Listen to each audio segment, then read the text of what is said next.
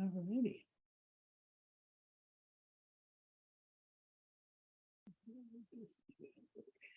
All right. Well, good morning, good afternoon, good evening, wherever you may be in the world today. It's me, Tia Rogers, coming to you guys um, today to kind of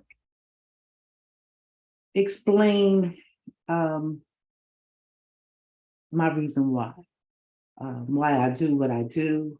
Um, this was titled, how does it all apply to our life? And we're going to be looking at values, culture, and the market economy and how it all impacts our lives.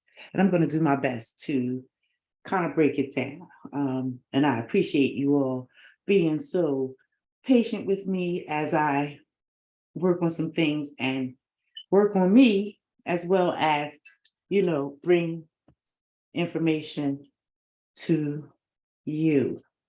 Um, Hope you guys enjoyed our presentation on the science of our lives. I got a little presentation for us tonight. But again, I just want to say I'm Tia Rogers, and I am a new business owner.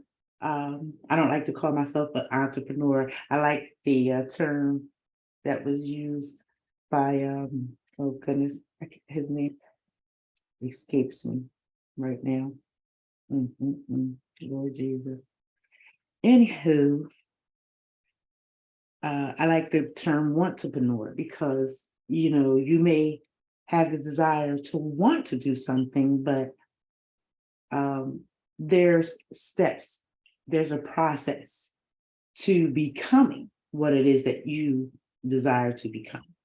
And I wanted to start this off a little bit with just reviewing a little bit about the roles of the market systems, right? So most times, the roles of the market system is determined by the prices in the market, the rotation of scarcity in the market, the meeting places for firms and consumers in the market, as well as consumers' choice, right? Some of the benefits of that are resources are automatically to be utilized in the most effective way, right? And then it allows you a wide variety to choose from as far as opportunities, what you want to do with your life, things of that nature within the marketplace. You got to think in these terms of the roles of the marketplace, because we're talking about how the market economy impacts our lives, right? And we're talking about building sustainable families. We talk on, and one other thing is innovative profit motive self-interest of participants. So these are all the positive things of the market economy systems. These are the things that are there. We'll get into the negative things, but I wanted to kind of focus on the positive things tonight as I share with you. My mind escapes me. You have to forgive me. My brain kind of goes back and forth a little bit sometimes because there's so much stuff up there that I'm trying to get out and still build, still grow. And the market economy impacts our lives in a variety of ways, right? We discussed how it regulates the supply and demand. So we're all a part of the marketplace. No one is exempt through the marketplace. And when you look at it, I think I made a post this because I got blessed to find out about a meeting in my community for redevelopment, and to find out that redevelopment is going on everywhere. It's going on. Ours is called the Downtown Master Plan. And then there's one in Marceline on Main Street, Marceline Foundation, right? And this has Pound Main Street, USA. I'm not really sure where that is at. And then it's Hutchinson is having one, Myrtle Beach is having one, City of Kyle in Texas, Toledo, Springfield, Illinois, Clayton, North Carolina, Main Street, Westminster, Toledo, Dover, Florence, Carrollton, Georgia, City of Helly, and Georgetown, Texas. So I thought that was very, very interesting because I don't know what their plans look like, but we got an opportunity to kind of go through and look at what the plan is for our downtown Camden area, which is a 10-year plan. And I'm sure that we are probably a couple of years in that 10-year plan. So they're looking at other things, but they're looking at the big picture and not really so much looking at how it's impacting the individuals, the residents, the businesses, the small business owners that are in the city. So they're asking for our input to comment, and you can, if you are a Kansas City resident, what did I do with that paper? I took notes. What did I do with it? I take a lot of notes all the time whenever I'm doing something. And anyway, at some point, I'll give you the website for that. But it all kind of ties in to my why, as to why I do what I do. Kind of like as to who I am, things that make me who I am, my life experience, the road I've traveled, the things I've experienced along the way.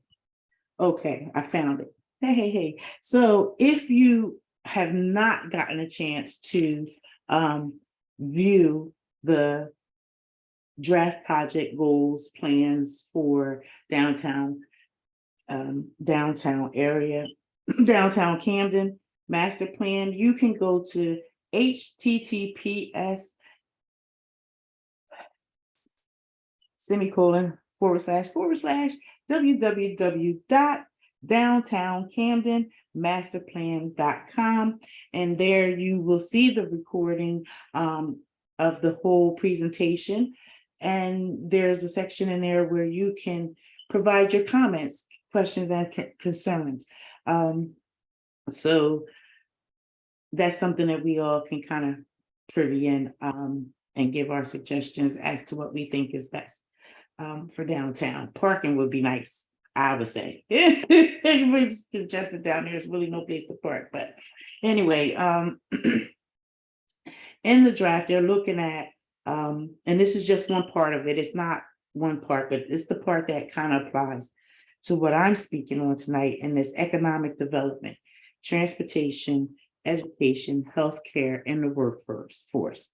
So these are areas that they're going to be like concentrating on to make sure that these things are in the downtown Camden master plan. So without getting off on a tangent, and that's part of our market rule as well. It's going to determine the prices of our housing. It's going to affect transportation and all that stuff. So, you know, if they remodel the systems, I think I saw the article earlier on the 90-minute bullet train that's supposed to go from, where is it going from? I just read that thing. Anywhere, I forget where it was coming from, but from Boston to New York City. It's the 90-minute bullet train. It looks pretty nice, but it's something that they're working on in the plans. So rotational scarcity. And I guess that's where we went through the SWOT part, where you pick out your strengths, your weaknesses, your strengths, your weaknesses, and your opportunities, as well as the threats, right? So downtown Camden area is our meeting place for firms and consumers. It used to be a large small business development down there where you can go buy dresses, shoes, and hats and all that stuff. But it's kind of changes now, becoming more of a university's row, if you so to speak, and a lot of businesses are not there. There are still some in the area that we should definitely go out and support. So we're looking at wages, benefits, and profits, right? So I talk about I talk a lot about ways that you can begin to um, create your own wealth building steps in your life. And I share with you guys on a previous recording where we talked about savings for mutual fund, certificate of deposit, investing in stocks and bonds. And we're going to get into the language and of all of that, because you don't know what you don't know, and it's okay if you don't know. But once you do know, it's kind of held responsible to do something about it and apply it, right? So, and looking at all that, I wanted to take some time to look at the culture in the United States and how it varies. And it's very, there's, and it varies. And there's certain factors that cause the variation. Is religion, race and ethnicity, age, religion, social economic status, population density. And because of the fact that different aspects of American culture can be thought of as low culture or high culture, or belonging to any of the variety of subcultures. So we're such a diverse country that you have all these different cultures, different religions, different races, different ethnicities, and different social economics classes, right? So as we are, our mission here is to help to build sustainable families. And because I'm aware that everyone is not a business owner or has that desire to open a business, but everyone wants to have accessibility to monetary resources, to live our lives the best way that we can live our lives, right? So without even starting a business, those are a few ways that you can begin to take control of your life and begin investing in you with whatever it is that you have right now. And believe me, like I said, if you give it a year, you will see the difference in your life, and hopefully you'll be able to continue on and add to it. If there's not some other underlying issues that you might have to deal with first. We always like to say that if there's a crisis, take care of the crisis. You have to handle the most important thing first, and then you can build towards the other things. So should your life be in a crisis, and I know what it is to have a life that's in a crisis where things are going on, things are happening, and you have to respond to them. A coworker has shared with me, it was a post that she has shared, and it said something around about the ways that we did not allow ourselves to grieve. We didn't give ourselves that downtime. Well, we all know that as a parent, you learn how to take it on the chin and keep moving, right? And you work through your struggles. And sometimes those struggles are heavy until they become lighter, right? So you work through them. And depending upon your coping skills that you have will determine how well you navigate through it.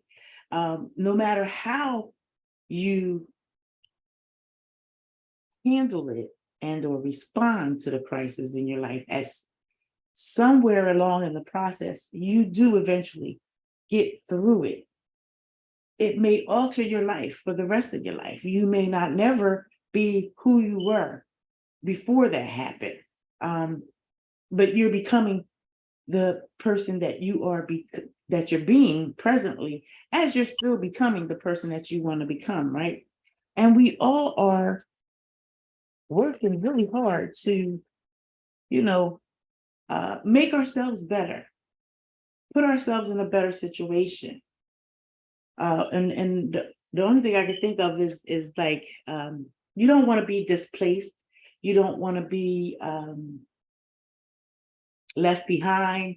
You don't want to be not included, because everyone likes to throw the word inclusion around, like let's include everybody, but we know the reality is that everyone will not be included.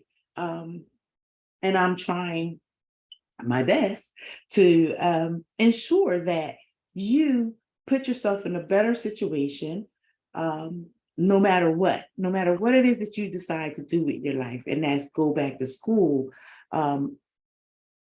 get a new job, whatever it is that you're doing, because all of that's a part of it. Because we're going to be working for wages. You're not getting around that. That's my experience. That's my background. I've always been a worker bee in the field of human services in various areas. So I got to see a lot. I got to learn a lot. But the most important thing about all of it is that no matter what area or industry you work in, economics is always a part of whatever it is that you're getting involved, right? And it's not so much of, it is about what you earn, how much you're earning, because you need enough to provide. Just, we're talking about just the basics. We're not talking about the fancy stuff, guys. We're talking about just the basics: a roof over your head, lights, water, food to eat, nourish your body, clothes on your back. You know what I mean? Just the basics. And many times you find that it's even hard to just manage the basics. But how do you still take your earnings and begin to start growing wealth for yourself, right? So that you can put yourself in a better situation. And we were talking about culture and the different factors there. But culture is a very interesting topic, because we are so diverse. That means that we have to take the time to actually get to know someone, right? We have to develop the relationship to understand where that person's coming from, because we don't all come from the same places.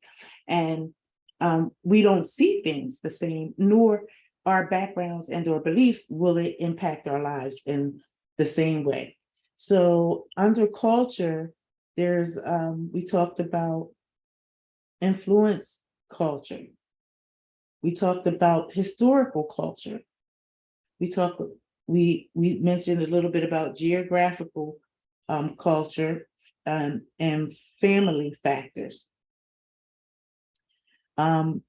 We talk about an understanding of self, our priorities, our values, the life differences, and the ability of adaptation to environmental conditions, whether they're good, bad, or indifferent, right? We adapt. We talk about culture in the sense of social organization. Culture has its own language.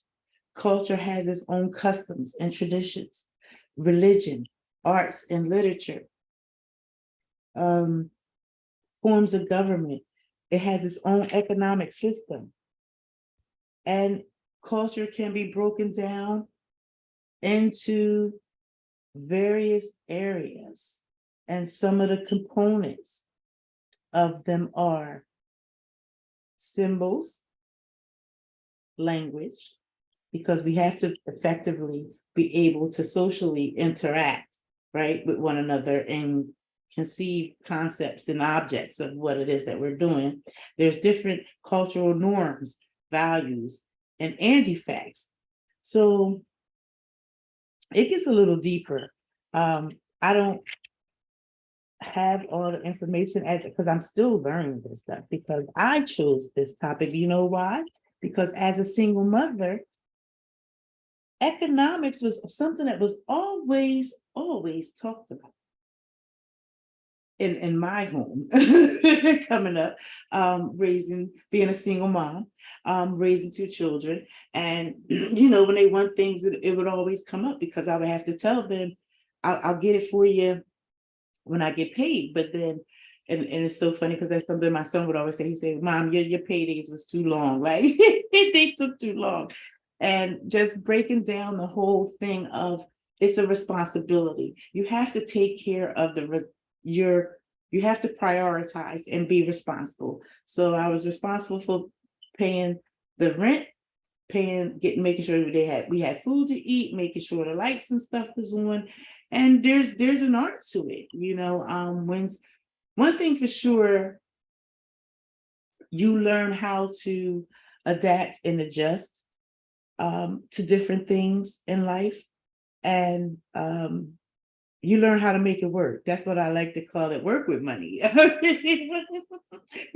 work with it, put that money to work for you. So, and if you happen to be blessed with an employer that does offer retirement options and plans of that nature, I strongly encourage you to participate in it. You can't miss what you don't have. That's saving for later on in the long terms, because we're breaking our goals down from short-term goals to long-term goals, and what we can do immediately, right? And it takes a little time when you have long-term goals. Hold on, I'm going to disturb this here a little bit because I want to share with you my little thing here that I have. Okay, now everything's all great.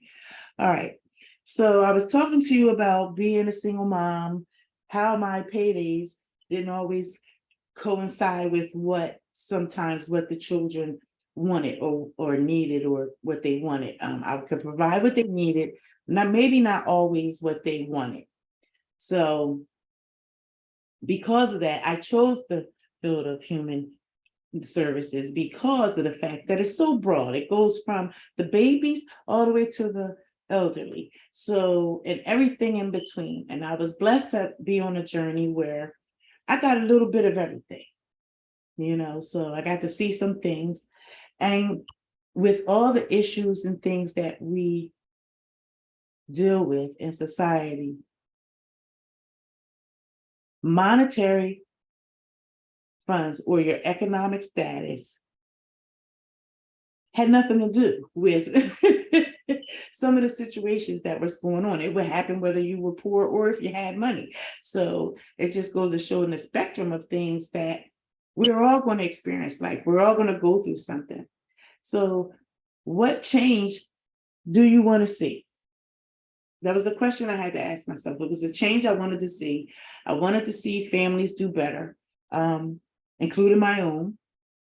So a big part of going after what I want to see, what I want changed, I had to begin with me. I had to start with me. I had to change the way that I looked at my life. And I had to stop telling myself that I didn't have the time. The kids were too little. It just got to a point that where when your pain pressure of your life circumstances begins to hurt you, and I mean hurt you in a sense to the point that where I've experienced homelessness with my children, having to,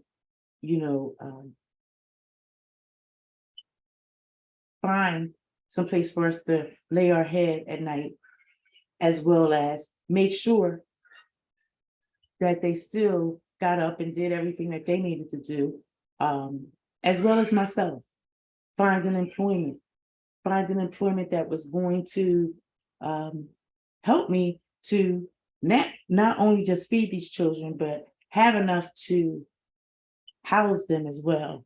And housing was expensive. Believe I shared with you the story of how when I was pregnant with my daughter, yeah, my oldest, my firstborn, I filled out the application for Section 8.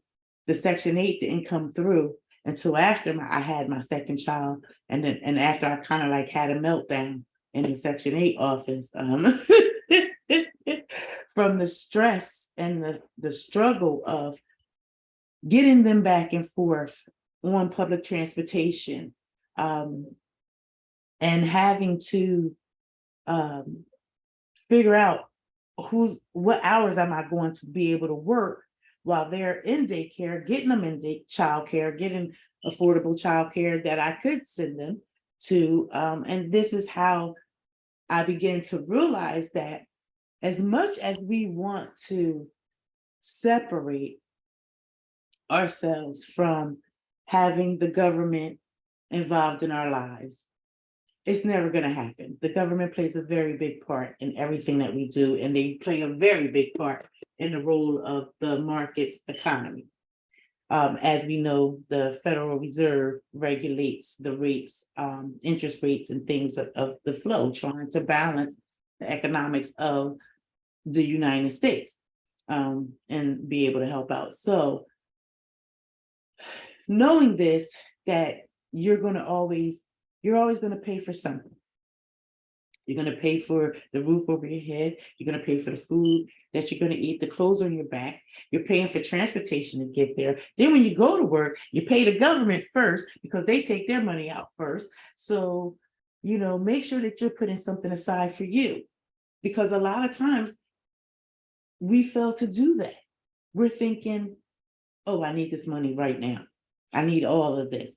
But all of this, if you don't allocate it in the proper places, you'll still end up at ground zero, still frustrated, still going through and navigating through life challenges, but without a raft, without a paddle, without your canoe, whatever vehicle you want to use, So I had to decide to become the change that I wanted to see. So that meant that because I was a high school graduate, I knew that in order to make myself marketable in the market economy, that obtaining higher education was going to be a must if I was going to be able to land a job that was going to be sufficient enough for me to be able to house my family, feed my family, and get us around, right?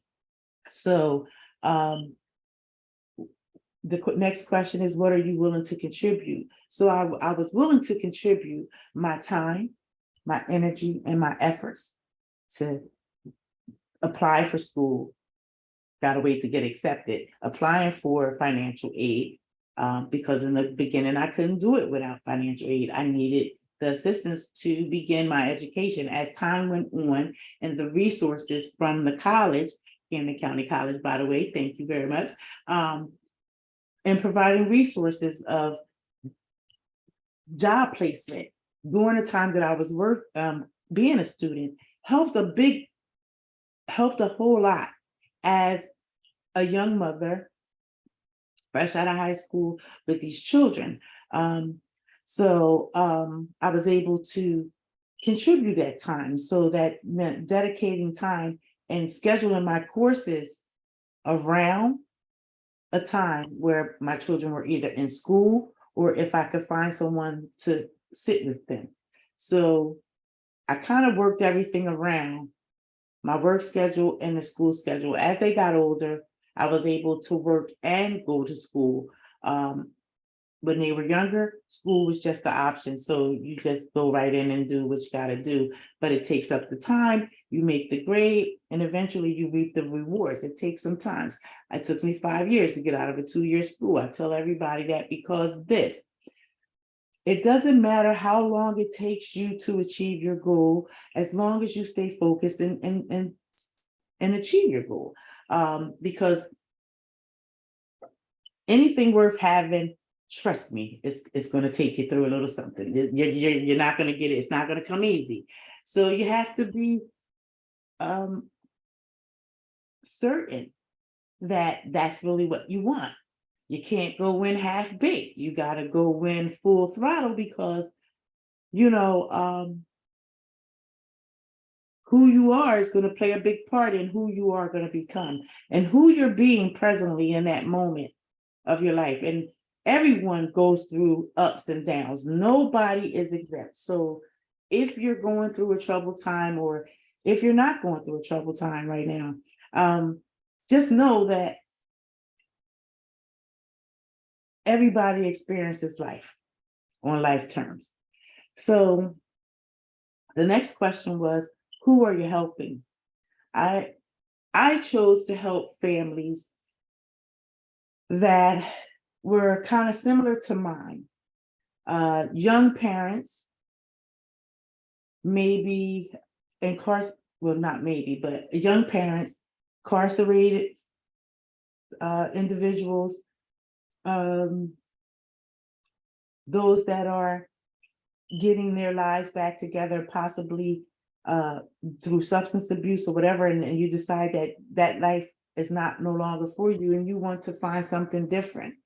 And someone that struggles with mental health, as well as trying to live their life on a daily basis and going through that pressure. I don't want to take my medicine and all that and everything.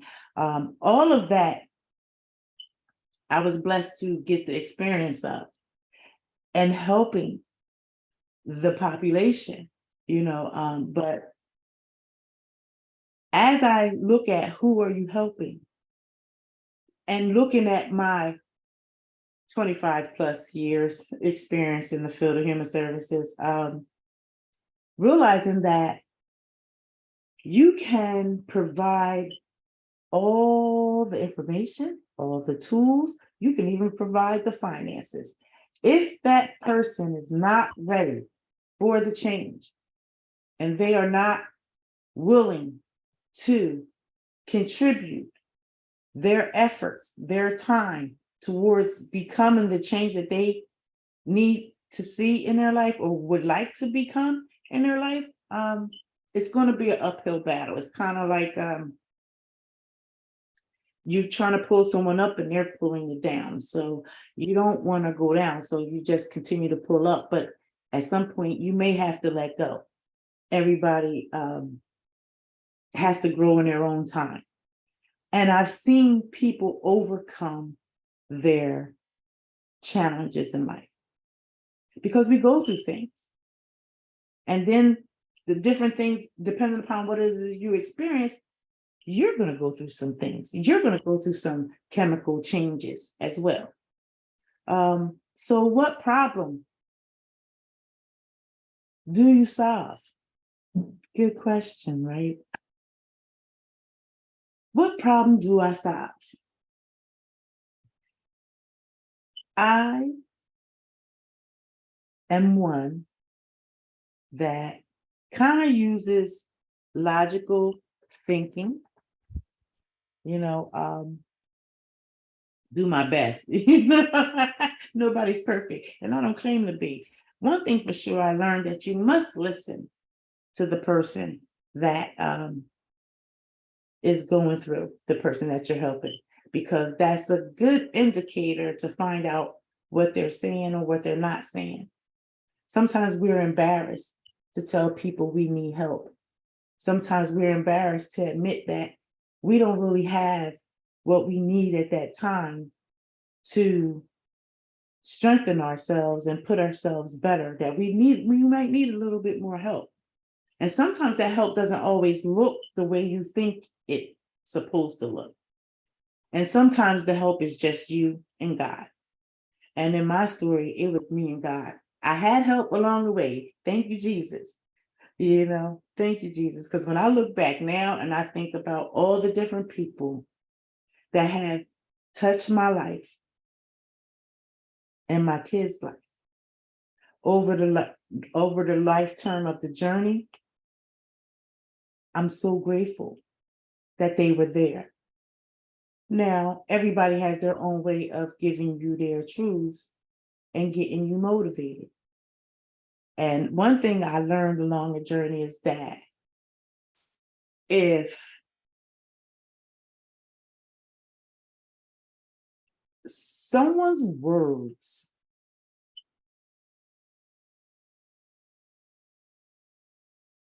strike something in you and makes you angry or gives sets off feelings inside of you, you might want to ask yourself, no, why? Why am I feeling this about this particular person? Or why am I feeling this way about what they said or what they did?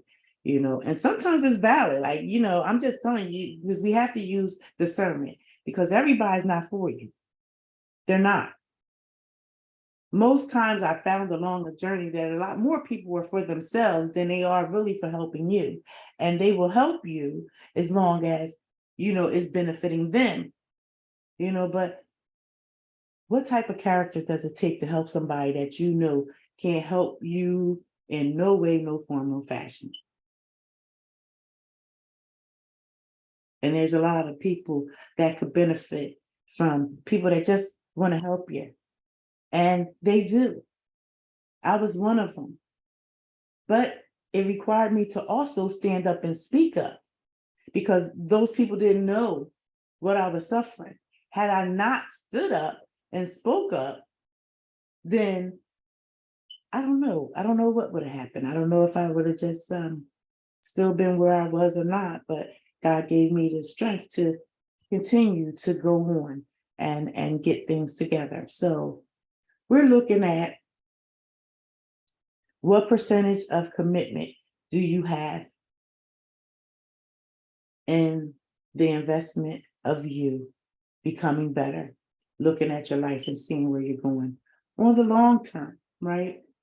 So you want to plan ahead. The earlier you start, the better you will be at putting your life in order, or at least beginning to put things in place that will provide you a cushion. Now, with saying that, I want to also let you know that the market economy is so unpredictable.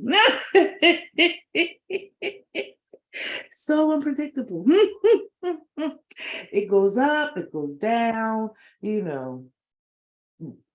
Sometimes things are plentiful and you got abundance, and then there's other times where we're running scared looking for stuff because we're hoarding it, because we're afraid to run out of it and not have it, right?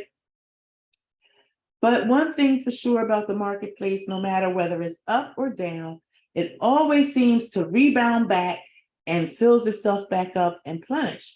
So you want to make sure that you are investing for the long term and you're willing to contribute to it for the long term. Be willing to take some risks and take some losses, because once in a while you got to take a L. Everybody doesn't know how to take a L. You know what I mean? But if you take it on the chin and you keep it moving, or whether you grumble and complain about it, and keep it moving, the motion is going to get you where you want to be if you are taking the right steps and doing the right things.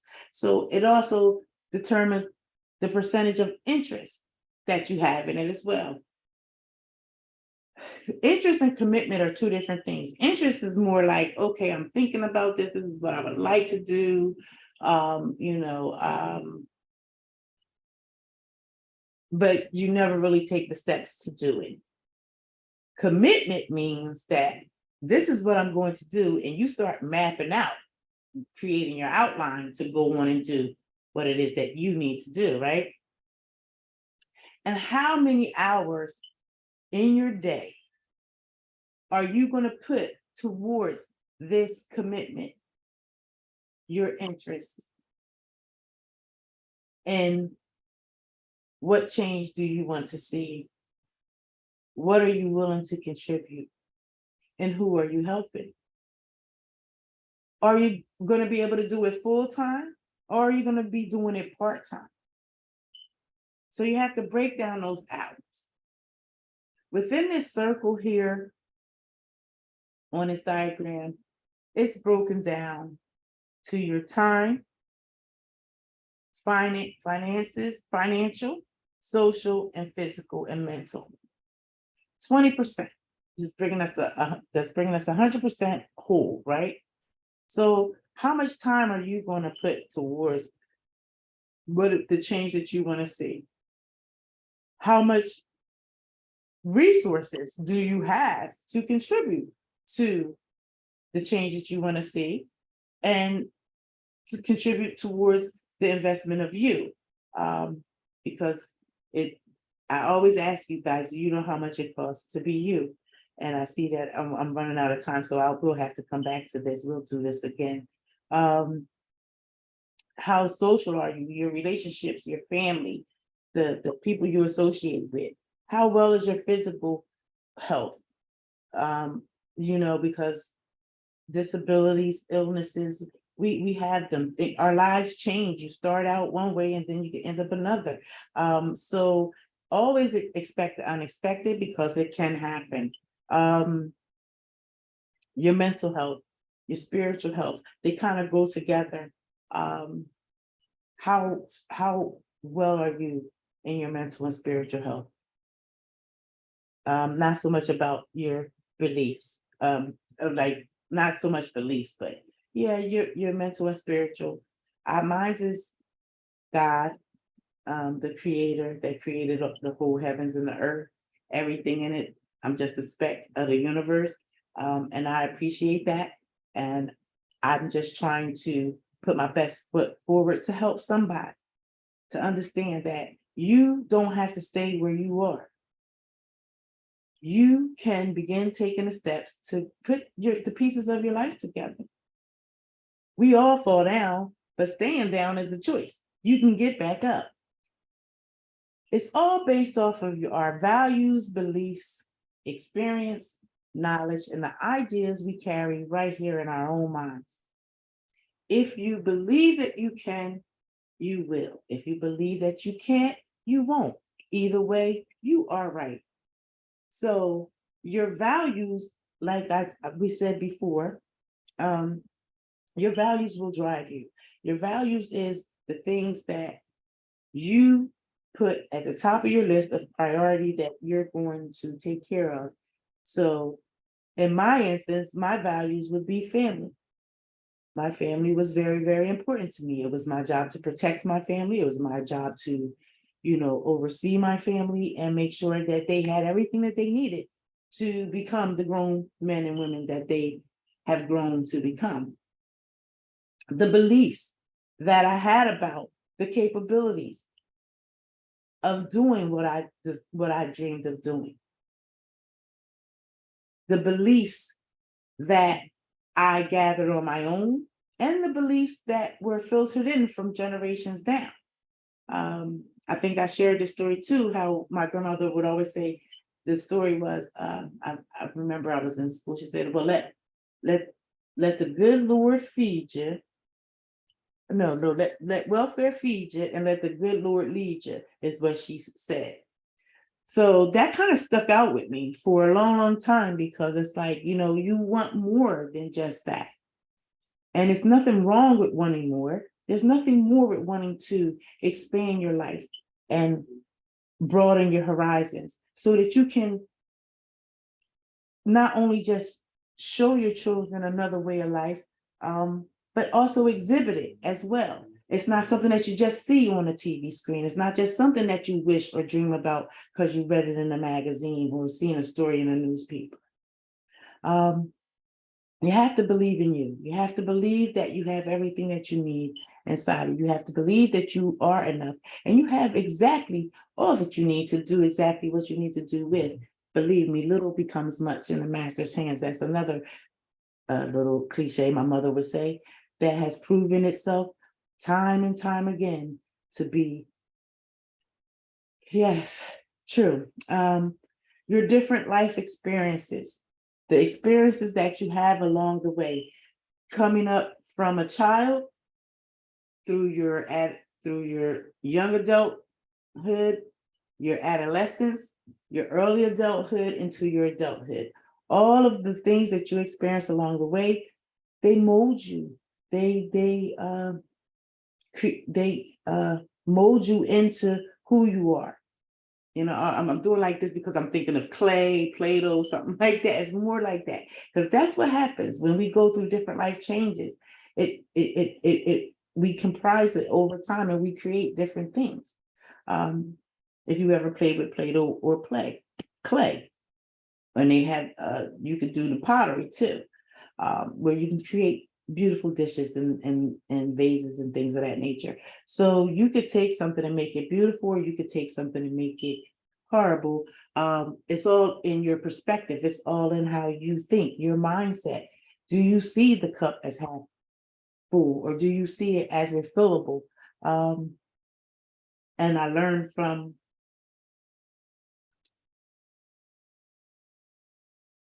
Lisa Nichols Hall. Sorry, this is Hall. Lisa Nichols Halls, from her Motivating the Masses, right? That I love her, because I've learned so much from her in the last session she had, where she opened it up for everyone.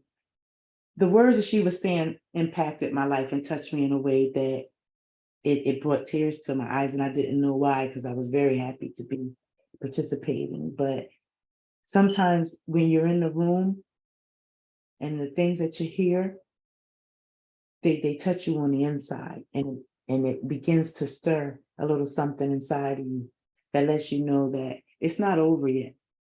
It's far from over. You may have to do a little more. You may have to learn a little more, and you may have to get out there. You might have to put yourself in uncomfortable situations. You might have to, there is no might, you're going to put yourself in uncomfortable places that you're not so sure of. There's a lot of uncertainty because you're in rooms that they're speaking a language that you don't know. They have a whole nother culture, and different ways of doing things. And if it contradicts what you're used to, it's probably going to take a little bit of time to adjust to it and kind of see it for what it is. And that's kind of what this journey's kind of been like. It was something different, something I've never been a part of before. And I have sat in many webinars and heard tons of information, and I still go back and sit in many of those same leaders' webinars, because every time I come back, I learn something new. Or if I take what I've learned from that meeting and start applying it into my life, it doesn't mean that it formulates right away. It takes practice, and you got to kind of study it to get it right, and you have to do it for it to become one with you, so that you can begin to do it like second nature, and then all of a sudden it doesn't seem so foreign, because you're not only taking in the knowledge, you're also applying it to your life. And when you do that, you gain knowledge. You gain knowledge through your experiences and performance. The things that you act upon, and you can go on and make it manifest in your life, and or prove it wrong, or prove that it can be done. It gains knowledge. And we talk about, because I think I have a question. I do have a question. It's not, I think there is a question out there. It's the thesis, like, how do you become better? You know, God created us, so we were already great when we were born. But somewhere along the journey, life will beat you down so bad that you start thinking that you're not good enough, that you don't have what it takes, that the good life is for everybody else but you. Why is that? You deserve a good life. Never compare yourself to someone else, because your life is not their life. And I've learned along the way, people don't move like I move. and I guess that's the wonderful thing about life. But then you find someone that kind of matches your weird. You find someone that, allows you to be you, and they can be them, and yet you still can come together, work together, and make something great, right? Not always. Everybody doesn't mix. So you want to find the right match for you. You want to find the right, what do I say, the right movement. You want to find the right people. You want to surround yourself with the people that are doing what it is that you want to do, and start following them, and kind of hanging out in the rooms, taking advantage of some of the learning opportunities, because you do learn. And every day we should learn something. And through that knowledge, you begin to create ideas. We all have ideas about our lives. A 2-year-old has ideas for their life. So, everyone has ideas for their life. Now, whether or not you act upon those ideas and actually put them into action to bring them to fruition, that's a whole other story. But I'm here to encourage you to act upon those ideas, to start seeing what you can put together in place for your life as you are mapping out your life plan, because we're building our life plans, we're building we're building sustainability in our lives. And with that comes opportunity, because when you begin to start seeking it, it will begin seeking you. Things will begin to kind of come to you as you are going out after it. So what percentage of opportunities will the action steps of you becoming the change that you want to see, right?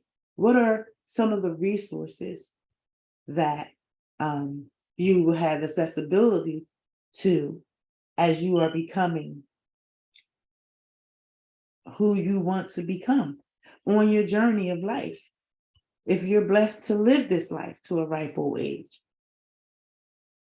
And what is going to be your start date that you actually begin to start? Because I believe that we have 2 start dates. We have a start date where we say, okay, this is what I'm going to do. Then we might start it, but then the momentum to stick with it begins to dwindle down. We lose the excitement and enthusiasm of the moment. It loses the shiny glitz and glamour. And now we see the raw material. And sometimes you will deflect from it.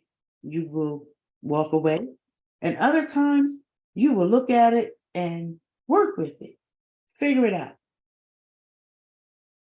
and begin taking those steps on that journey. So there's a start date, and then there's an actual start date when you put it all into work and you start doing what it is that you need to do.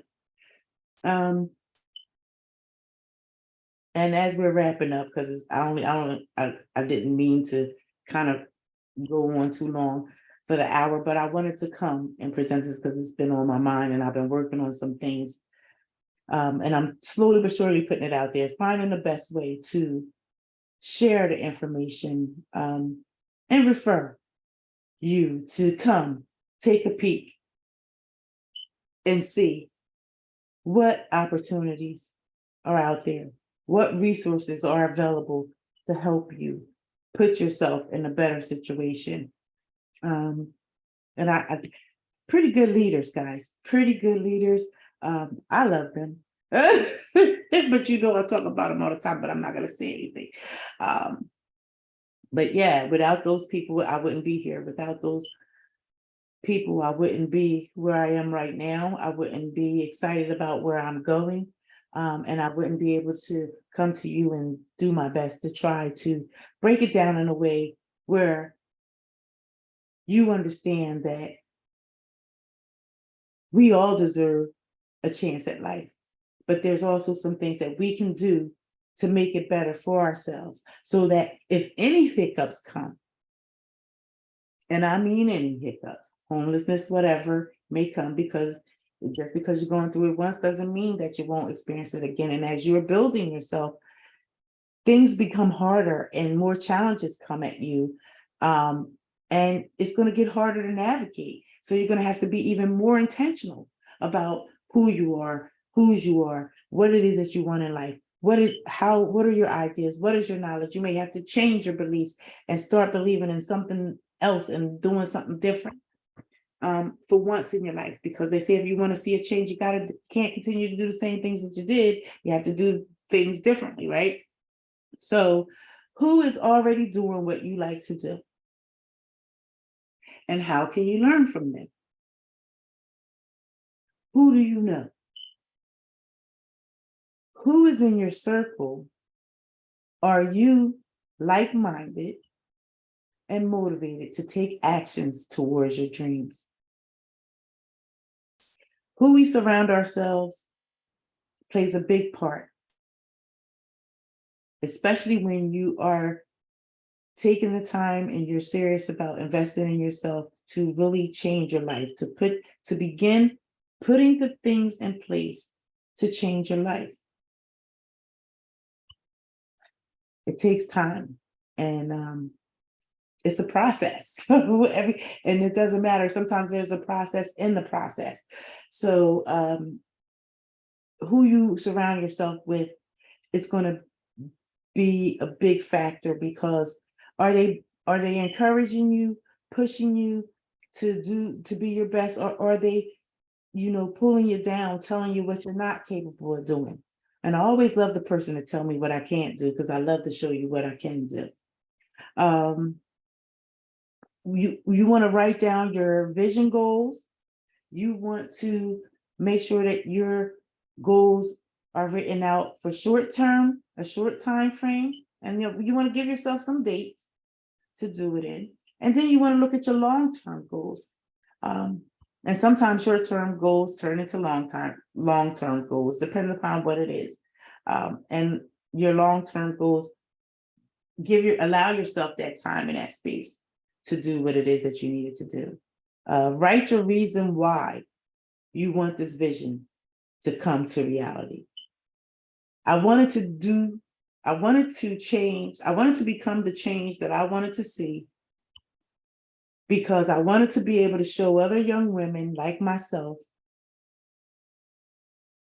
that are young mothers that started out just like me, fresh out of high school, possibly maybe had a baby before you got out of high school, that one monkey don't stop no show. It's just a baby. You want to take care of you want to take care of your child, and you can still build in the midst of it. And believe me, if you start taking some initiating steps, you'd be surprised of the resources and the support that will come to aid you, because God has a way of sending his angels around you to protect you, to keep you focused on what it is that you're doing, so that you don't give up. The only way that you lose is if you give up on you. And I'm here to ensure that you don't give up on you, because I'm never giving up on me. So I'm going to always encourage someone else to do the best that they can for themselves. In this area, it's going to require some training, right? Because you don't know what you don't know. And if you're trying something new, if you've never done it before, you're going to need to find those that are doing what it is that you're doing and doing it well, so that you can learn how to do it well as well. Now, in the beginning, nobody does it all great. Nobody, you're going to be a hot mess all over the place, and that's all right. Just go on and be a hot mess, because your hot mess eventually is going to turn into something beautiful. You have to explore the different systems. What are the different systems? Are you a consumer with choice? Are you looking at the prices? Is that going to determine how you are going to go about becoming this change? And what's the rotational scarcity that you have that is stopping you from becoming who you want to be? And are you aware of the meeting places for the firms and consumers to come together. Are you aware of it? That's why I shared the whole downtown Camden master plan information, because I got last minute notice. I didn't know nothing about it. You hear the things, but sometimes when things are going on, big infrastructures, the capital and wealth, they are sitting in seats that make decisions. And the little people really don't get a chance to really have input on that unless we hear about it and or invite it to come in. So you have to see, you have to go and explore. You got to find out where the meeting rooms are at. Then once you explore the systems, you find out what systems best suit you, because everything isn't suitable or does it work for you. So you got to know what it is that you want and why you want it, and how is it going to best complement and benefit your life. And I suggest that I encourage you to fail forward fast and implement everything that you're learning. Don't even think about it, just do it. As you through the training, you get the instructions, just go on and do it. Do what is being taught to you. The faster you implement it, the better it is for you to get over the hurdles and fight that old doubt and fear, because doubt and fear gonna always come. I see I'm 1 minute over, so there's ways to counteract that by staying in those rooms, staying in the meeting place, because you want to stay close to the fire. You want to stay to where the goings ons is at. Where's that information that you need that's going to help move you or propel you forward in your life? And then once you obtain that, you want to research strategies on how to become better. You want to test what it is now that you learned. You want to go out here and you want to share it with others to get feedback, to help you navigate through some of the challenges you might face. And everything happens in real time, just like this right now. Everything's happening in real time. We live life every day. Everything that happens to you in your life every day happens in real time. Real times where you have to think real fast and figure out how you're going to do what you need to do. And hopefully you come out of it on the latter end of the better end. Split decisions depends on what it is that you do. So you want to research the strategies to become better. You want to look at what you're doing. Are you following the training instruction? How does it apply to your life, and is it applicable to your life? Or do you have to find a way to kind of do what you're being taught, but then kind of make it something that's your own, because so it's more comfortable and fits you, so that you can adapt and do it and learn it like that, so you can shoot it right off the top of your head, right? That you know it. And in the research strategies, you want to measure, your growth. You want to see, you're going to see your starting point. And then at some point, you're going to look at it all, and you're going to look and see where was your highs, where were your lows, where were your peaks, what flowed for you the best, what might not have flowed, what do you need to not do anymore because it didn't work for you at all, or maybe you need to just tweak it and change it around. These things are going to help you along the way as you're building yourself, and building that life that you want to live, right? And you may want to identify an accountability partner. And if you identify an accountability partner, that partner is going to hold you accountable to what it is that you said that you were going to set out to do. Or maybe you guys set a goal together and you map out how you're going to achieve that goal together. And if you don't achieve that goal, what are we going to do the next day to make sure that we reach our goal, right? Because we're looking to reach the goal. The whole thing is not to so much reach the goal, but to reach it and exceed it, because you want to challenge yourself for more. Are you going to be independent and interdependent? Because a lot of times some of us can hold our own selves accountable and still be interdependent of our overall group that we belong to, family, memberships, or social organization, whatever it is. We all must have the ability to act independently and interdependent, and hold yourself accountable to do what it is that you do. I like to say what you mean what you say. That's pretty much how that says. You know how that goes. And what community support do you have? Do you have a resource that you can go to? Are you plugging in? If you don't have a resource, do you know where to go to get the information that you need? Knowing how to go about seeking the information and getting the information can be a little pickle sometimes, but you can find those reservoirs that has the information that you need simply by getting on someone's email list that has the information, different organizations that have information, whether it's housing. If you're looking for housing, you want to be shopping the real estate market, right? You want to look into the realtors and see what they have to offer. Do they have subsidy? Is it private owned? All these different things that you want to know, because it all depends on where you are at in your life, and we need to know where we are in our lives, right?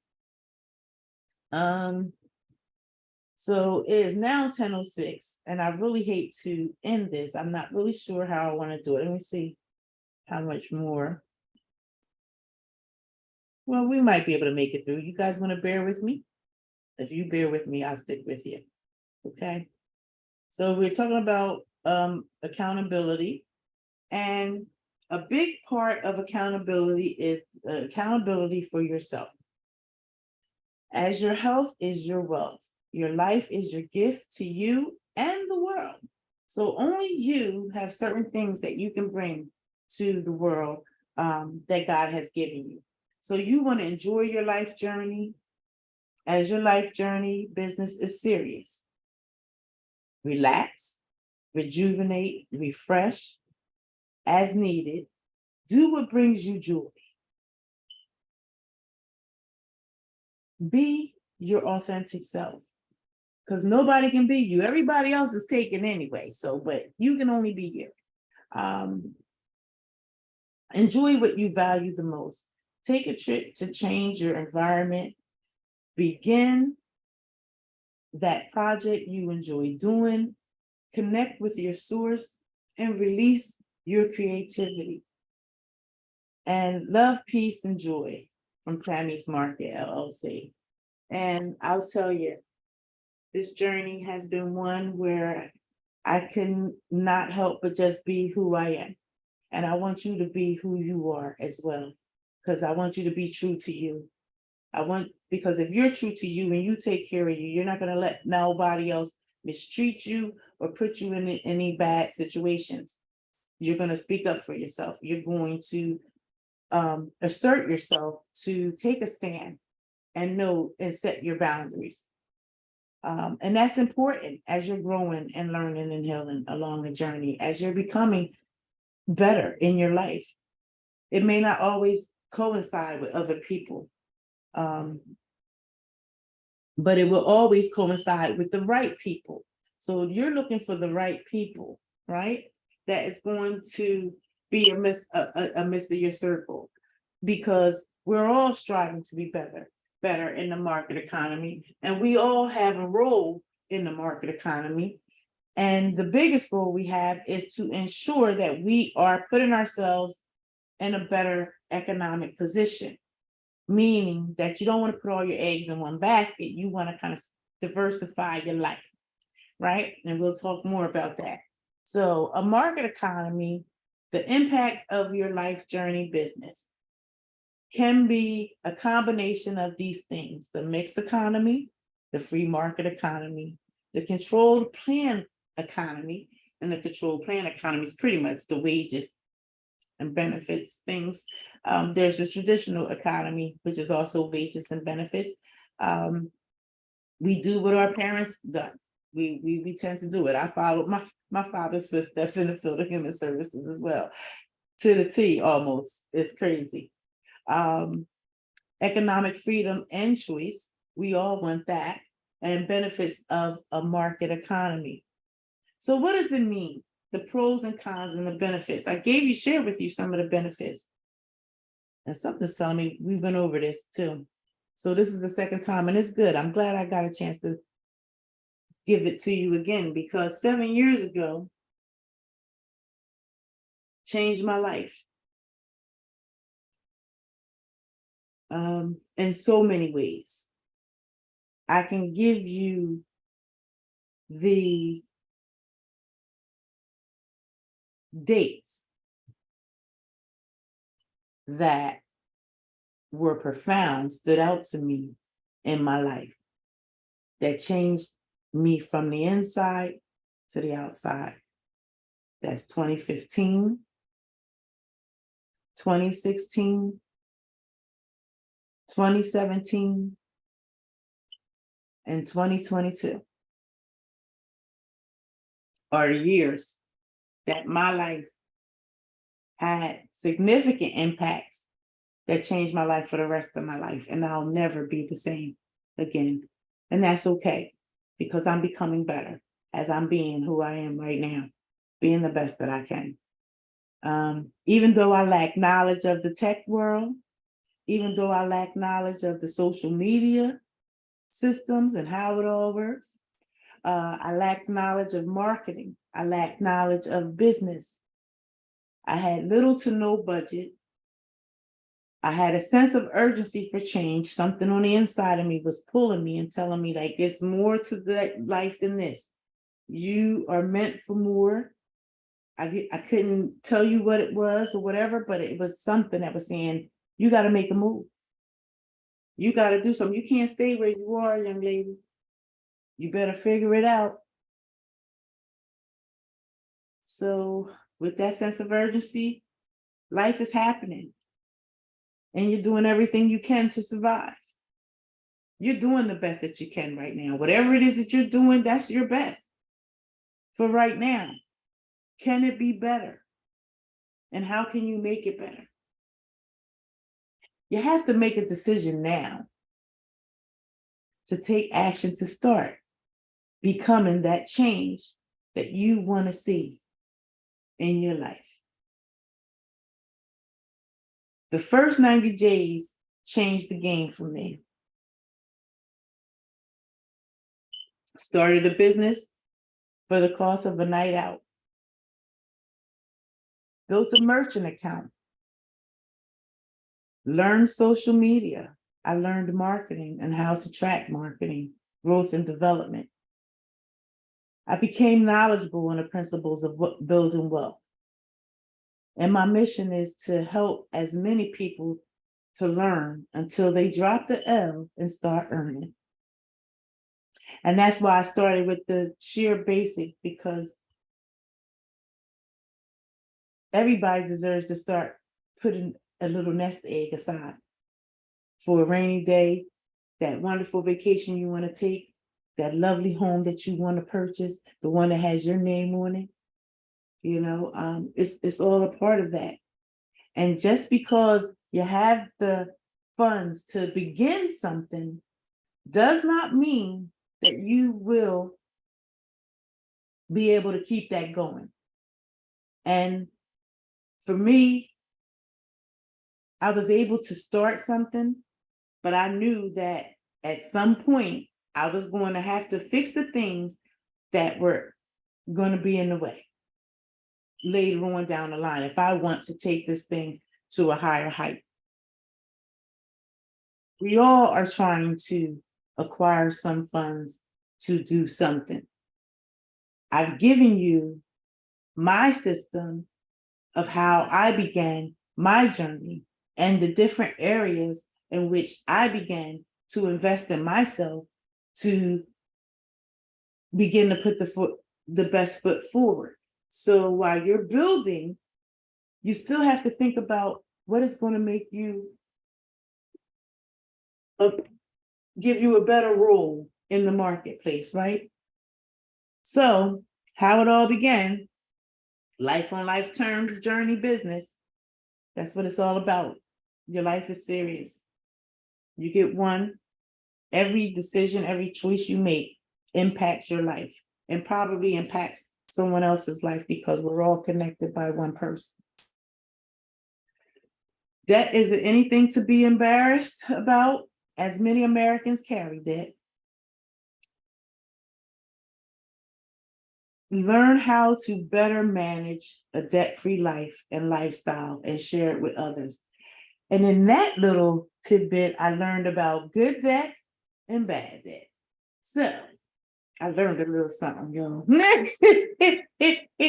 So you're going to always be working on it, because when you take that initiative to begin working on yourself, things are going to come up that you don't anticipate. Things are going to be due that you need to have done. I mean, things are going to be due, and you're going to have to meet those obligations. And you will create some more debt along the way. And just as you're building yourself, it's going to feel like you are never going to reach where you're going, because every time you try to get, what's the saying? You take 2 steps forward only to take 2 steps back. You know what I mean? And then you take a gigantic leap. And then even in that leap, sometimes you still might fall down a little bit, but it's still, the whole thing is to keep going. You know, we may not never get rid of debt, because there's good debt and there's bad debt. You have to make sure that you are putting yourself in the arena that's going to work best for you. We all know that bad debt just sucks the life out of you. It just causes you worry, stress, unnecessary things, and then you just end up frustrated. So you might as well take a shot at getting in the good debt area. Yeah, you're still creating debt. However, it's good debt because you're investing in yourself now, and you are putting your money in places where your money is now working for you, and or you're going to put your money in places that is going to provide you some type of gains as well as losses along the way, because the marketplace is unpredictable. So you never know when it's going to go up, and you never know when it's going to go down. But if you are in the game, you can't lose. You'll just ride the wave, right? So let's ride the wave. So we learned about good debt and bad debt. Learning how to better manage your life and share it with others. I want to make sure that you register for our free webinar to learn more and how to gain your purchase power pack back, because every time I come before you, I invite you to come and hear the information. Our last video kind of incorporated the presentation in the middle of it, just for informational purposes.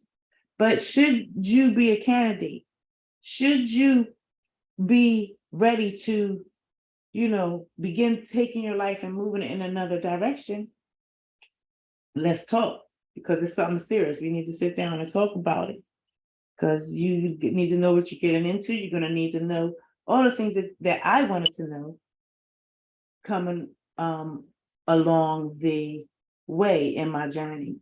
And a lot of things that I wanted to know was kind of, I don't want to say it's part of the training, but some of the things that I wanted to know were more like, how do I structure my business? What are the things that I need to have in place to ensure that my business is correct and a legal entity as I was building, which means that I needed to know what licenses I needed to have to be in business. Is there insurance that I need to have for my businesses, and what type of insurance do I need? Because there's a whole bunch of insurances types. a good legal team to help answer questions along the way and help you put some things together as you are moving to put yourself in a better situation. A good legal team can help you with issues in debt that you might have. You can also, put in my business in order was a big part of that, so that my children wouldn't have to worry. They could rest in peace. God forbid something should happen to me, that they know what they need to do, and it's not going to be hard for them to do it.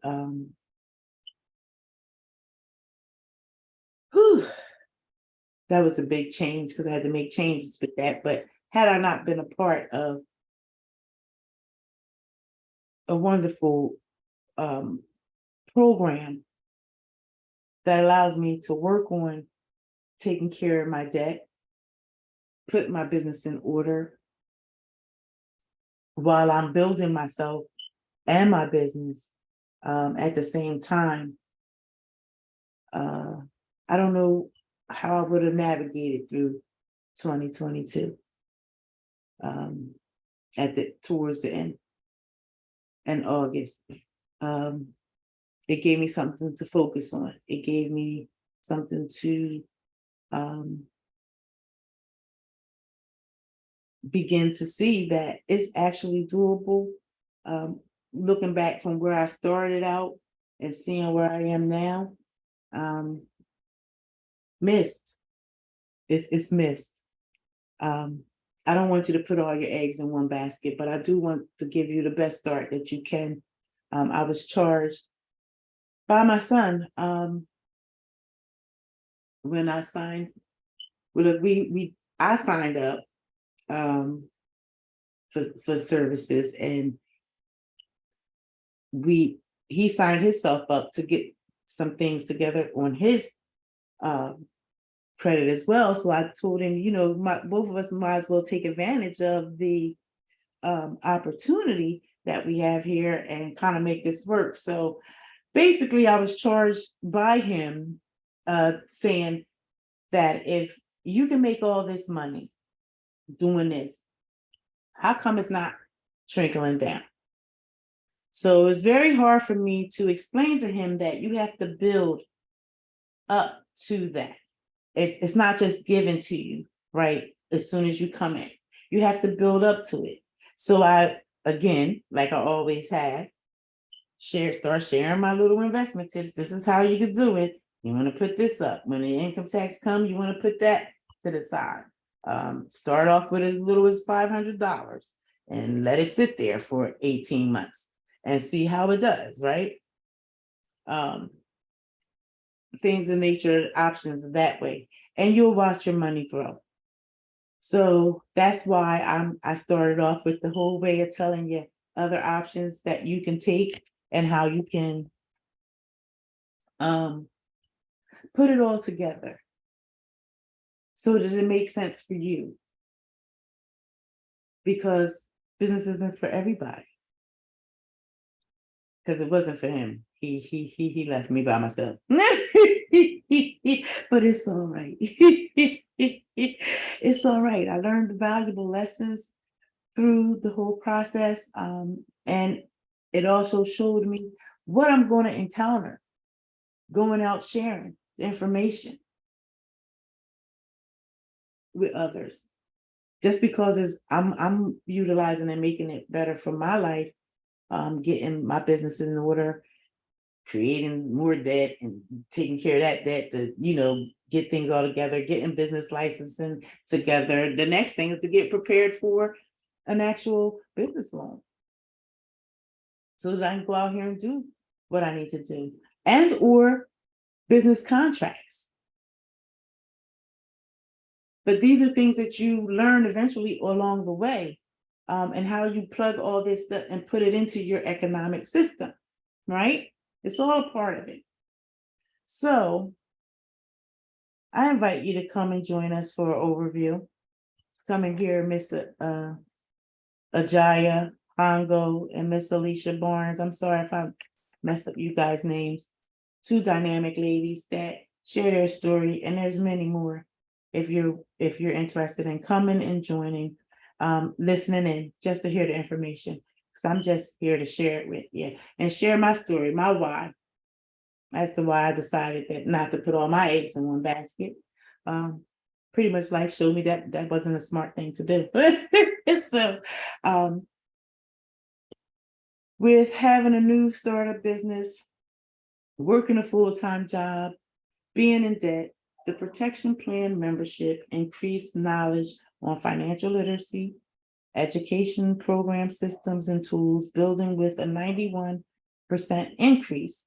You look at your assets and liabilities and make sure your assets don't become liabilities. Debt and accumulation resources. So you learn how to get out of debt and how to stay out of debt to get on the good side of credit, where your credit begins to grow for you and you begin to gain your buying power back. And how cool is that, to be able to get your buying power back so that you can do what it is that you want to do when you want to do it, right? We all want to be able to move in freely and be able to enjoy our lives, our families, and not have to worry, right? So becoming better isn't a quick fix, it's a journey. Well, if you're listening to me right now, I'm sure you probably understand that I'm probably a whole experience for some people. So, I'm just looking for someone to match my weird that understands, hey, we got to do what we got to do. So I would like to describe myself more like the trainer's trainer. So, with that being said, becoming better isn't a quick fix.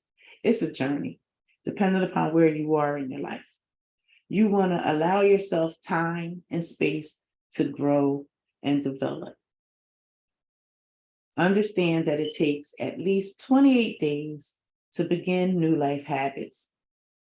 Within 28 days, you can change any habit that you want. If you can stretch that 28 days into 90, bam, baby, you're burning with fire. You got this thing going on. You got it. You're on a good start. You want to learn to enjoy your learning curve, because your learning curve, as it is going to stretch you beyond your wildest imagination and provide energy for your new ideas and creations. I learned along the journey that the doing is important, but there's also a period where there's no doing, where you're just being. It may even require you to be still so that you can feel the universe and all of its messages that it's sending you, to allow your mind time to sit back and appreciate the everyday things of life, the leaves on the tree, the sun up in the sky, the white clouds, the blue sky, and even the stars and the moon at night. That you can appreciate your loved ones that are around you, their presence, their smell, their laugh, the little things that you will miss if they were not here. But sometimes we're here and we fail to do those things, to enjoy them while we're here. So enjoying your learning curve is just that, the doing, the not doing, the allowing creativity to come to you so that you can then go on and begin doing again.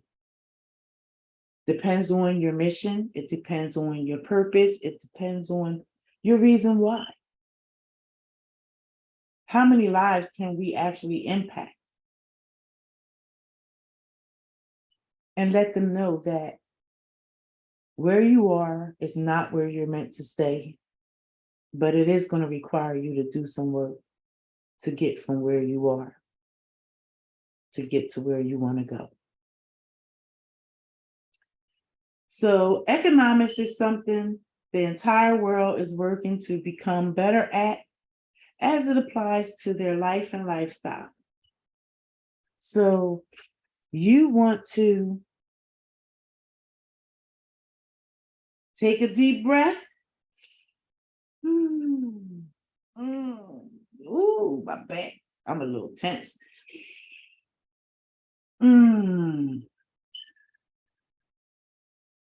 And exhale.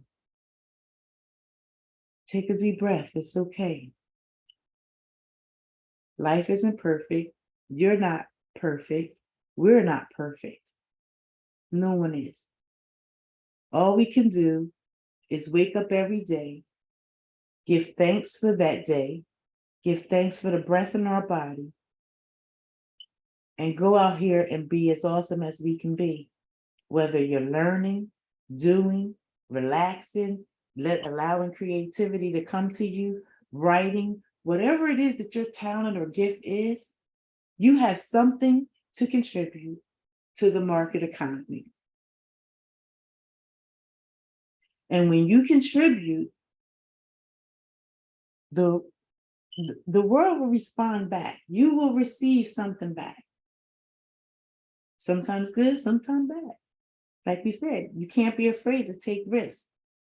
You have to be willing to look at that journey, map it out. Now that we're at the end, I want to give you a few terms that you can write down. I'm going to give you the term, the definition, and I want you to write it down. And I want you to begin looking at where you are in your life. See where it is where you would like to make changes. Let me stop sharing here. Oh no, well, I guess I could leave that up there. See where it is that you want to make changes. Remember that there's good debt, there's bad debt. But if you are in the low 400s to 650s, you want to change that. And I want to help you change that. I want to help you see that you got what it takes to make your life exactly what you want it to be. But only you can do it. I can want it for you, but all I can do is provide you information, share what I've learned along the way, maybe help out in some techniques with social media, tell you a little bit about what I learned in marketing, tell you my story of how I worked through some of the most challenging times of my life. Never taking a break, and just going hard, just never giving up. But I guess that's something that us single moms have. We have that don't give up attitude because we have that we got to make it happen regardless. There is no excuses, and that's just my background, a little bit of it. And it's real because life business is serious. You get one life and only you can live it.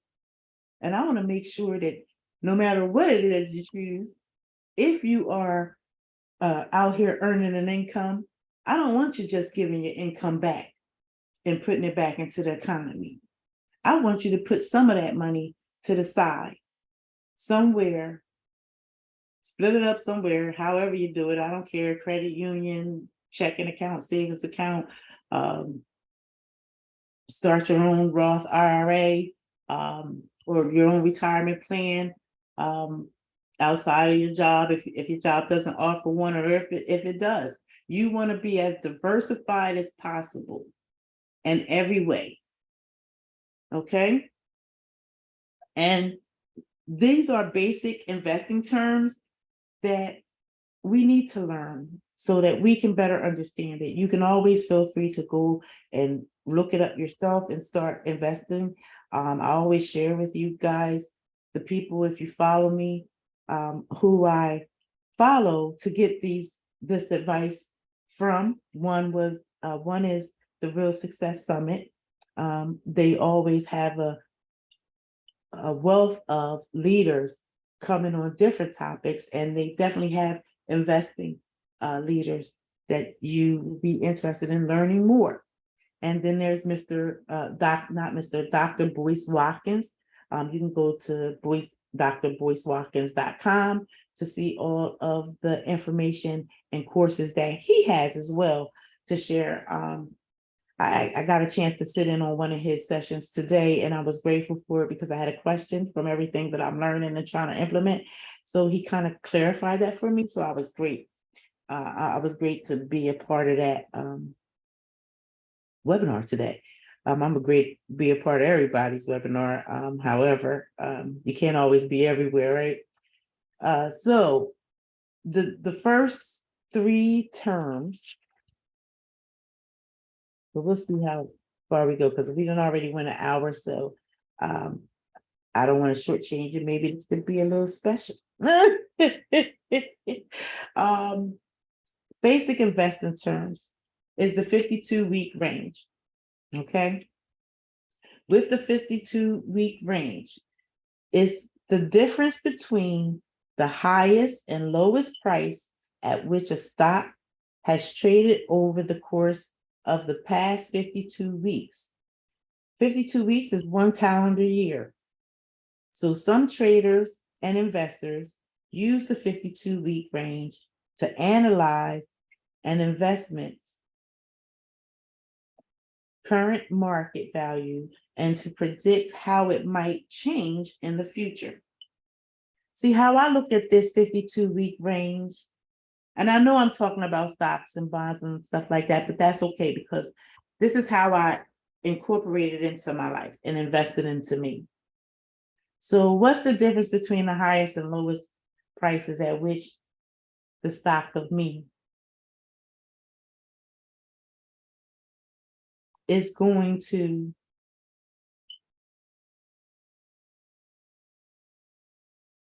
increase its value over a 52-week term, 365 days?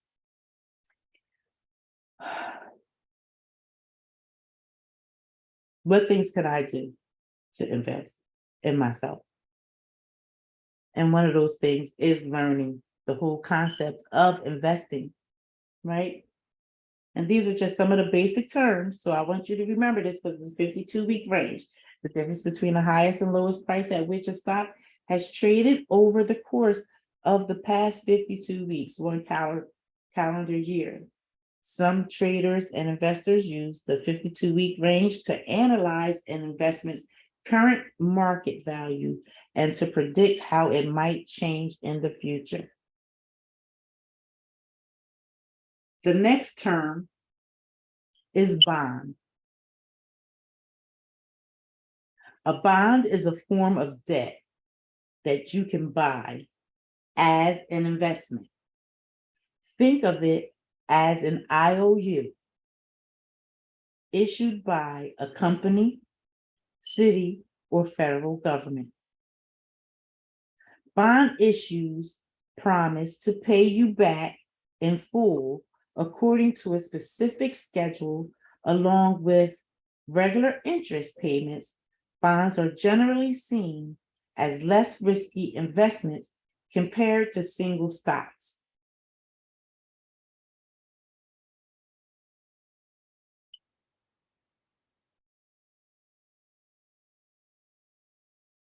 So how does it apply? How do I apply the bond, right, to myself when it comes to investing? So I already know that over the 52 weeks, I'm investing in myself to see how I'm growing and is my value increasing for the future, right? So with a bond, so what form of debt did I buy as an investment, and thinking of it as an IOU issued by a company, city, or federal government?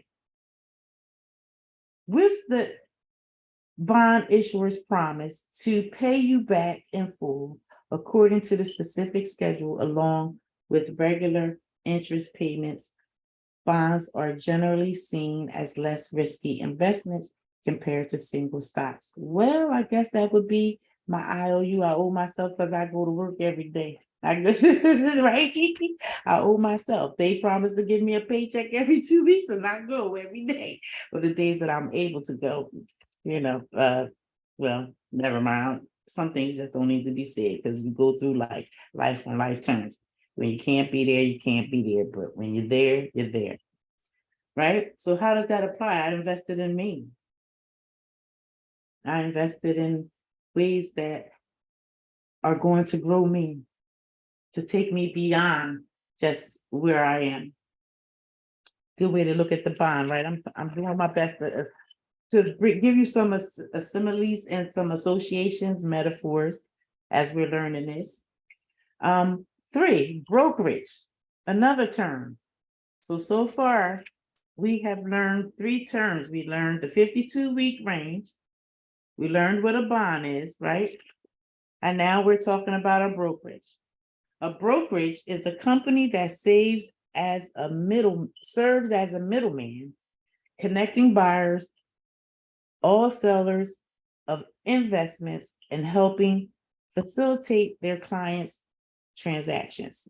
So that's basically someone that you are giving your investment into, and they're going to buy and or sell it, from the other people that are investing in a brokerage company, and they're going to facilitate all the transactions that's going on.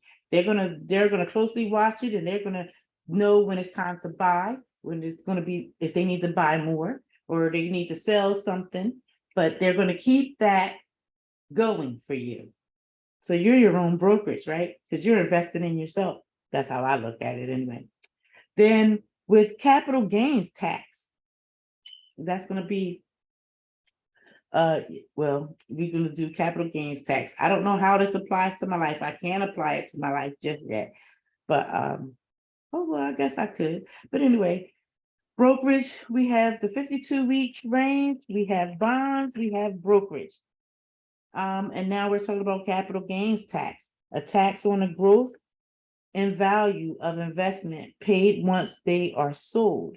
If an investment is owned for less than 1 year before it is sold, the seller pays a short-term capital gains tax, which is usually equal to typical income tax. If an investment is owned for longer than 1 year before it is sold, the seller pays a longer-term capital gains tax, which is usually lower than typical income tax. Not quite sure how I can apply that one to you guys. I have to play around with that. These are all terms that I am learning now.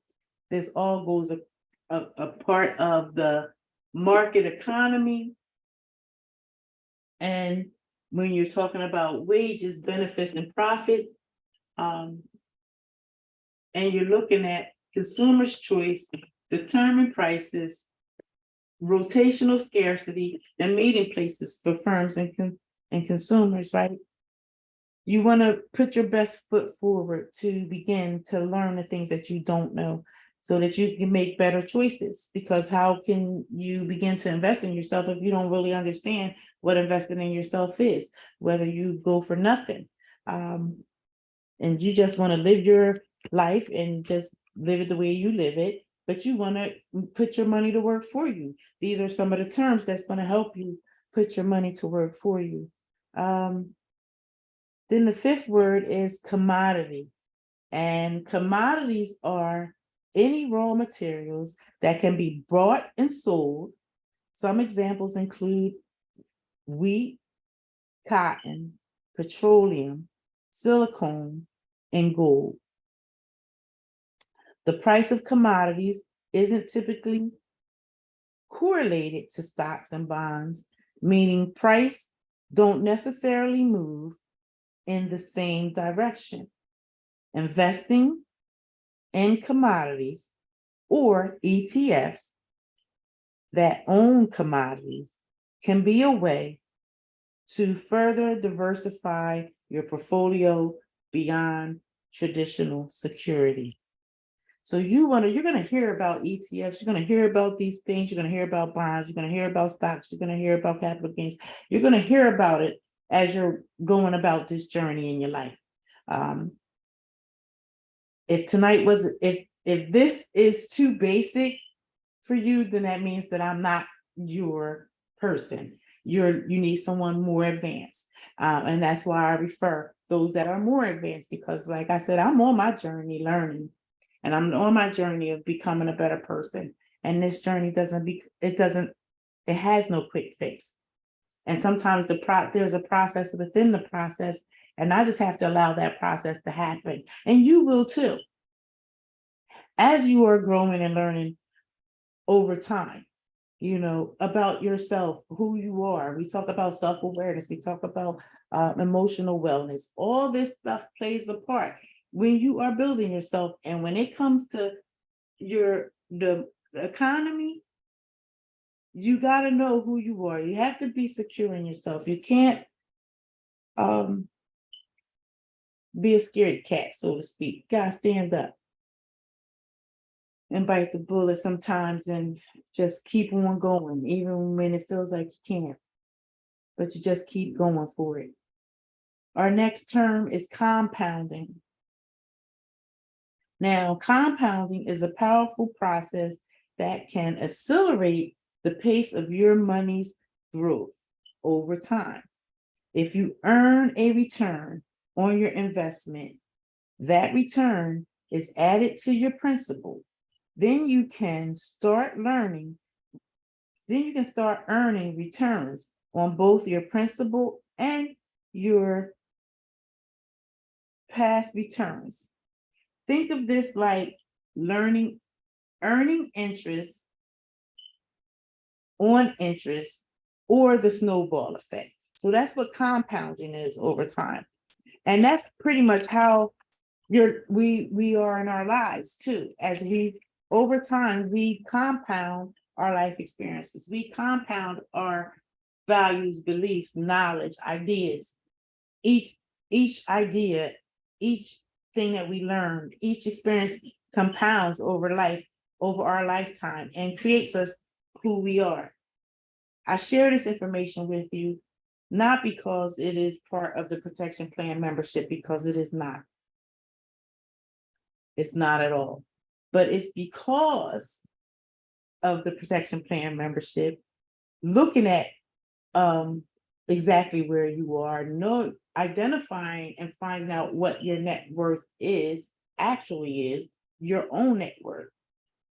It makes you look at life a little differently. It makes you start to look at things, and you want to figure out how you can become better in other areas to make sure that as you're moving forward. For me, it's moving towards retirement. So I want to ensure that my retirement is going to be a good retirement, because clearly living off of your pension plan and possibly Social Security may not be enough with the way inflation is rising and things of that nature. So I don't want I'd rather have the possibility of building something to cushion me than not building anything at all.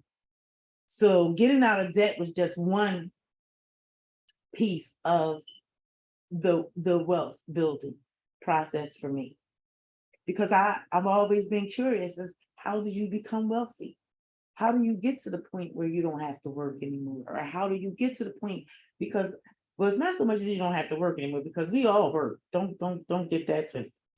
Because it's always working, Bob. You're going to be doing something to earn the money. However, to have that time freedom, to have that personal freedom, to have the freedom of movement, to go as I please, when I please, is a lifestyle that I must admit I fantasize about a lot. Being able to move when I want to move, not being on someone else's clock, since time is already escaping me anyway. That just came with the territory over time, trying to hold on to it.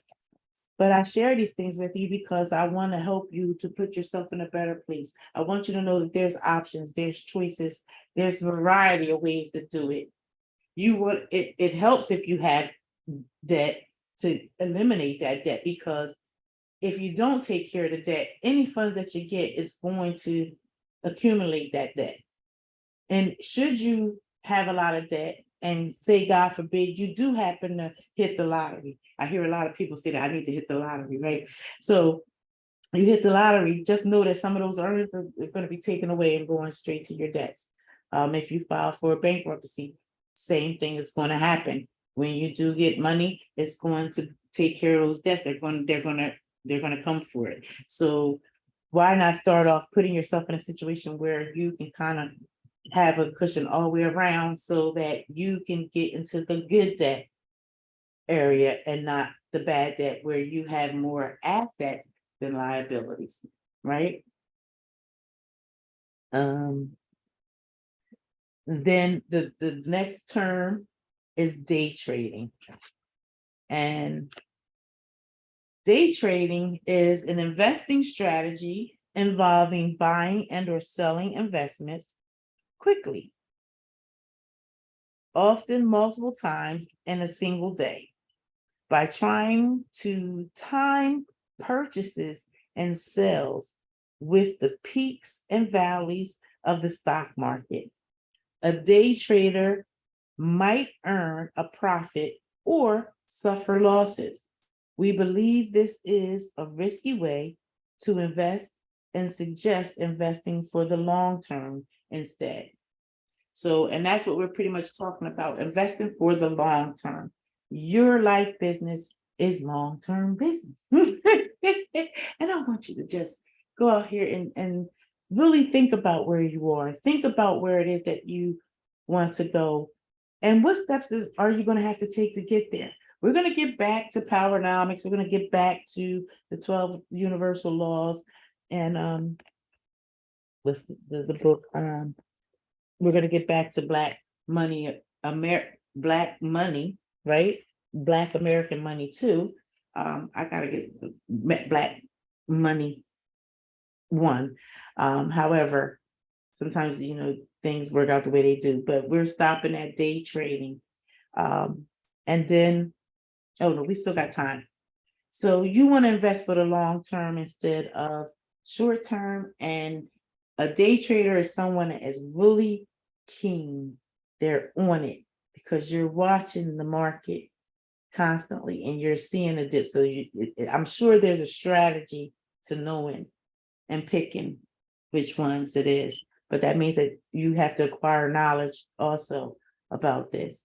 And that's why I'm trying to give it to you as much, because it's all a part of the market economy. It's all a part of how we build wealth. And how do we maintain and hold on to it and not lose it, right? So that we can become more effective in life, so that we can begin to build the things that we want, maybe invest in properties, maybe start a foundation, start a community center. Who knows what you would do with the funds that you have? Only you know where your heart lies and what's within you that needs to come out to be the change that you want to be, that you want to see in your life. Diversification is number 8, and that's going to be the one we're going to close out with. We're going to go to 8. 8 is a good number, don't you think? 7 is a good number too. 777 is my favorite number. But 8 is a good number too, because 8 is completion, but we have more. We're not done here yet. We're just done for right now. Diversification can be summed up by the common phrase: don't put all of your eggs in one basket. We recommend investing in a diverse mix of stocks, bonds, and ETFs that aren't all subject to the same market factors. Coin idea. Oh, I think it's Coin Idea. Sometimes you guys know I have trouble reading my own writing, right? Coin Idea, different industries, company size, and geographies.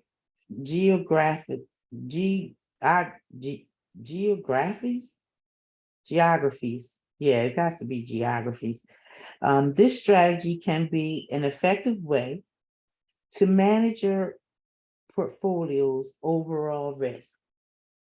And one thing I'm gonna tell you about being an investor in anything, investing in you, investing in putting your money to work for you, investing in a business, investing in a company, or anything that you set out to do, investing in you.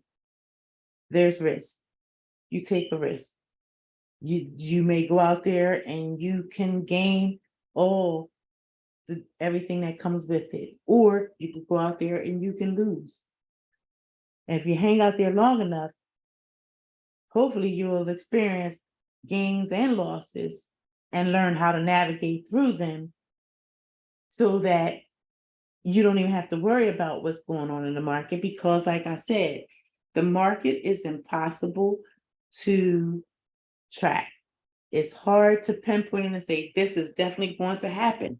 It's almost as like watching Mother Nature. We don't know what she's going to do neither until she does it.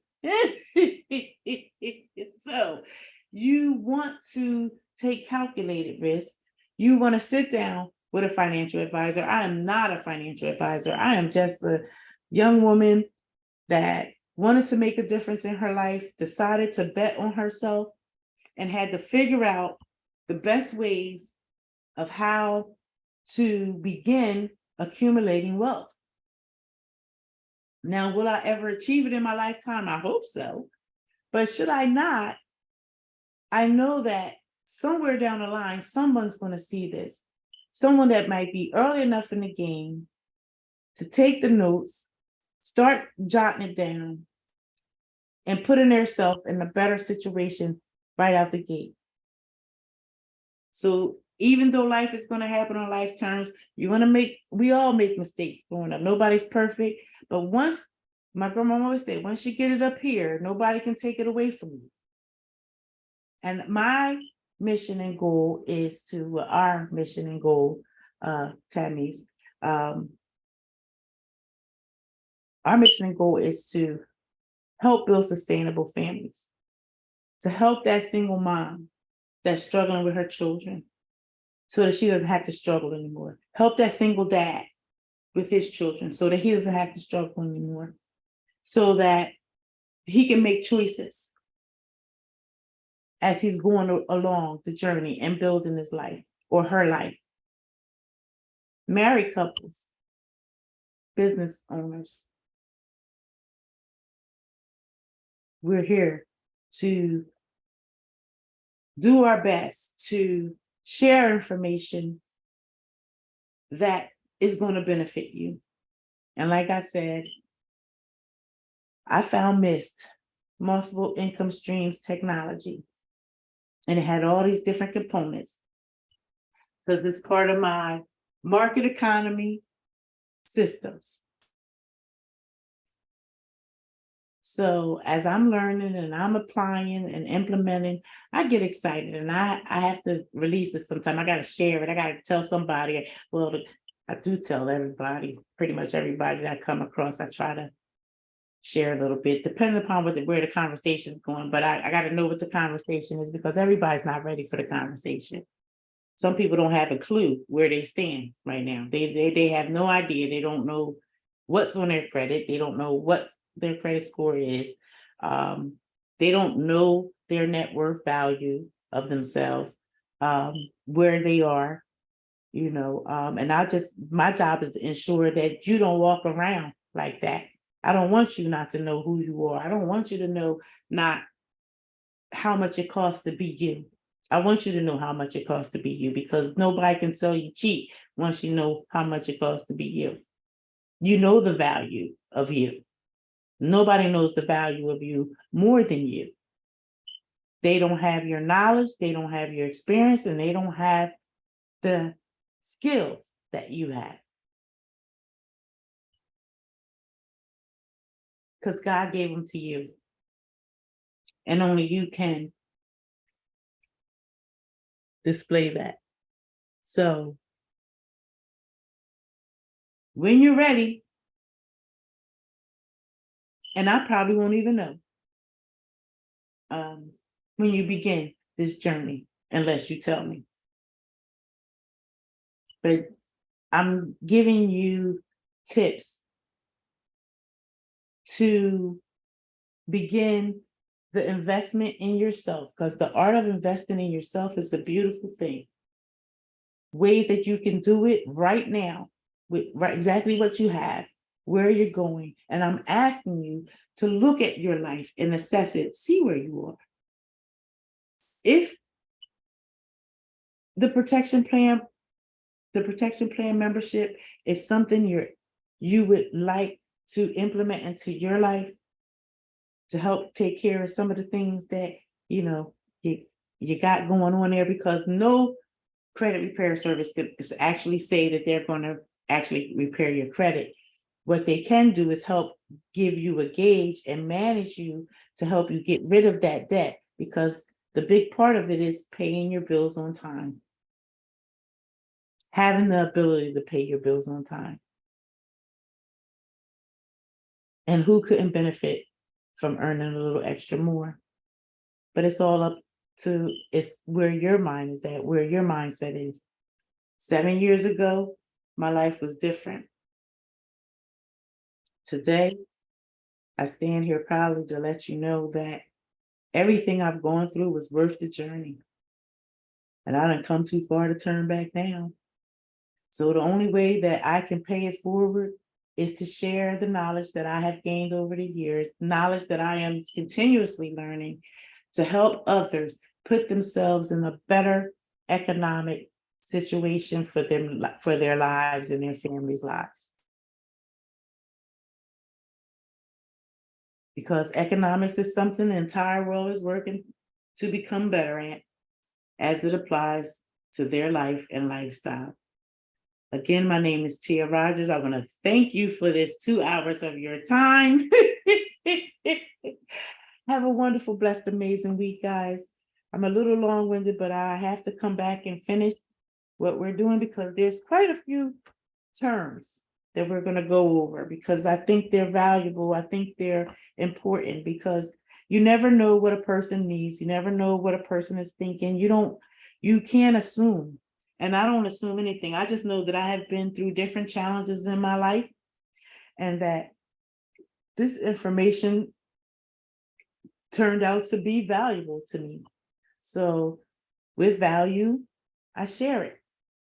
And I hope that it lands in good soil and that you begin building your life of abundance, joy, peace, and happiness in which you see it, the idea and the vision that you have for your life. Take care, guys. Bye-bye. Sharing.